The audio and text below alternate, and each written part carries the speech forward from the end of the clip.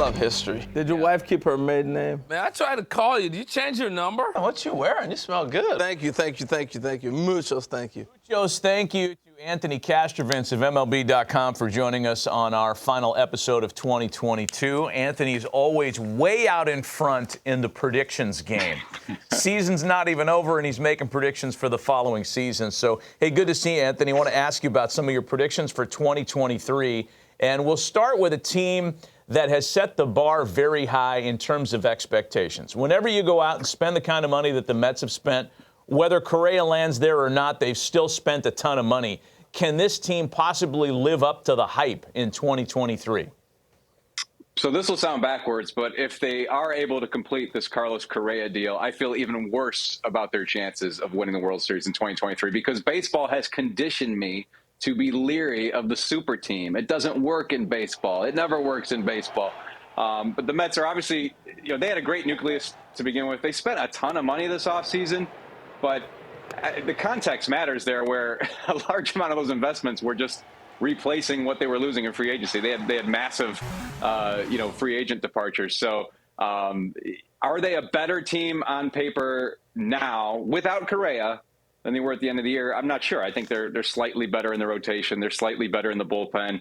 The Correa deal is obviously huge for that lineup. We talked last week. I mean, that might be the best lineup in baseball with Correa. But just because I'm so conditioned to seeing these superstar-laden squads not have the cohesion they need in a 162-game season, I'm going to lean towards them being a disappointment. What do you think about that? Okay. I like your statement there, the line, be leery of the super team. I would agree with you. You never want to win the offseason, right? I mean, every year we anoint an offseason winner, and never does that team hoist the commissioner's trophy. I'm sorry. If you get Correa, if that works out, you have to assume that is the favorite. The Astros were the heavy favorite going into the season, and the Astros won the World Series. Were they a super team? No, but they were a really solid team. I think if the Mets are able to pull that deal off, they're undoubtedly a better team this year than they were last year. But let's move over to the other side. Let's move over to the Bronx. With Judge, with the year that he had last year, I'm assuming you're going to pitch him different this year. I don't know what his protection is going to look like. Will he be able to carry that torch and be the home run leading guy going into this next season? Yeah, I see another New York team that I'm going to just cast disappointment upon before we even get into 2023. I'm going to say that he will not repeat as the home run champ. And that's no knock on Judge. It's crazy to think that we have not had a repeat home run champ in MLB since 2010, 2011. Jose Bautista was the last to do it 2 years in a row. Judge is obviously well conditioned to do that if healthy. We saw last season what he can do in a full healthy season. But you're right, CY. I mean, we saw in the postseason 2 homers and 36 at-bats, and I'm not saying you can necessarily project that forward for an entire regular season. It's hard to pitch around that guy, and it's hard to pitch him right with consistency because he's such a good hitter. But we did see better location, I think, of breaking balls against him in the postseason. It's just a tough thing to do. I mean, I think for him to, repeat his 2022 performance as a whole is off the table. I think that was one of the truly great individual seasons of all time. But in terms of just leading the majors in home runs, that might also be difficult just because it's proven difficult over the last decade for one reason or another. So I'm looking at Vlad Guerrero Jr. there. He's 24 years old. He took a dip in home run production last year. Mike Trout is interesting if healthy. Mike Trout hit 40 home runs last year in 499 plate appearances. He had an 8% home run rate, which is, for him, a career best. So, maybe a healthy Trout can go get his first home run title. We'll see. Can't wait to see what those futures numbers look like in terms of who Vegas and the wise guys think is the chalk for winning a Major League home run title this year. Let me ask you about another division.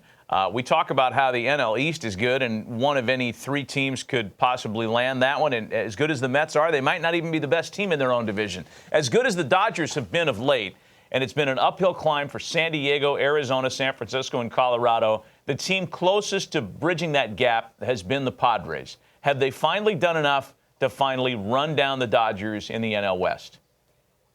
I think they have, and that's a big statement considering, they were 22 games back of the Dodgers at the end of the regular season last year. And yet it didn't feel that way going into the playoffs, right? Just because of the addition they had made of Juan Soto at the trade deadline. And then, of course, we saw in the NL Division Series, they finally slayed the Giant. They finally took down the Dodgers. It's crazy, though. In the last 3 years, the Padres have been a good team the last 3 years. They've been a playoff caliber team. They are 19-36. That includes the postseason against the Dodgers. It's been a long process of trying to get to the Dodgers level, going back to the beginning of the A.J. Preller era when they made the Matt Kemp and James Shields and Justin Upton acquisitions, and obviously that didn't work out. Then there was the rebuild and just one blockbuster deal after another the last few years. Mike Clevenger, Yu Darvish, Blake Snell, and of course Soto and Josh Bell and Josh Hader last year. So.